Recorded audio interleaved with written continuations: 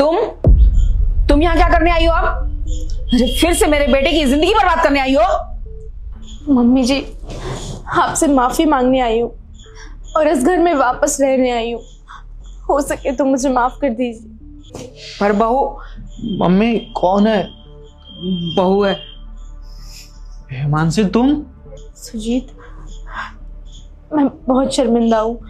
मैंने जो आप लोगों के साथ किया, हाथ जोड़ के माफी मांग रही हूँ। मेरे लिए ना सही, अपनी बेटी के लिए मुझे माफ कर दो और मुझे वापस अपना लो प्लीज। ठीक है, तुम अंदर आओ, अंदर बात करते हैं। आ जाओ बेटा, बैठो।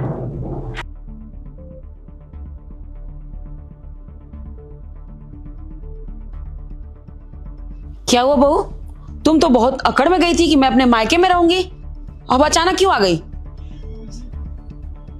मैं बहुत गलत थी, मैंने बहुत बुरा किया। आप लोगों को छोड़ के जाना मेरी जिंदगी की सबसे बड़ी गलती थी। मुझे लगता था कि जब तक मैं अपने ससुराल में रहती हूँ, मैं अपनी जिंदगी अपने तरीके से नहीं जी पा रही थी, पर मैं गलत थी। मुझे ये सारी चीजें अपने मायके जाके पता चली। मुझे लगता था कि मैं देर रात पार्टीज करती हूँ, दोस्तों के साथ क्लब जाती हूँ, ड्रिंक करती हूँ।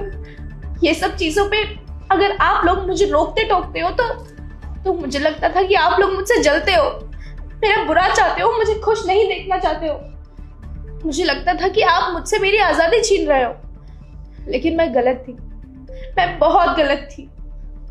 मैं बहुत अकड़ में अपने ससुराल से मायके तो चली गई मम्मी जी, लेकिन वहां जाके मुझे पता चला कि एक लड़की का असली घर उसका ससुराल ही होता है। बेटी को विदा करने के बाद माँ बाप भी उसका साथ नहीं देते।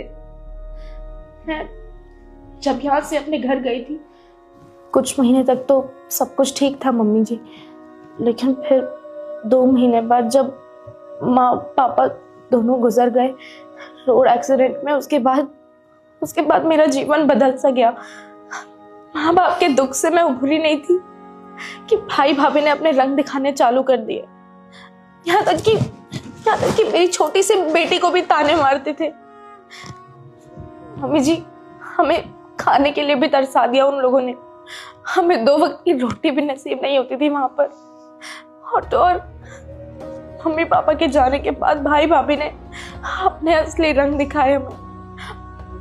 भाभी मुझे बहुत ताने मारती थी, ऊपर से भाई भी मुझे बहुत ताने मारते थे कि क्यों अपने मायके में पड़ी है, तेरी भाभी भी तो अपने ससुराल में रहती है, तू जाके अपने ससुराल में रह।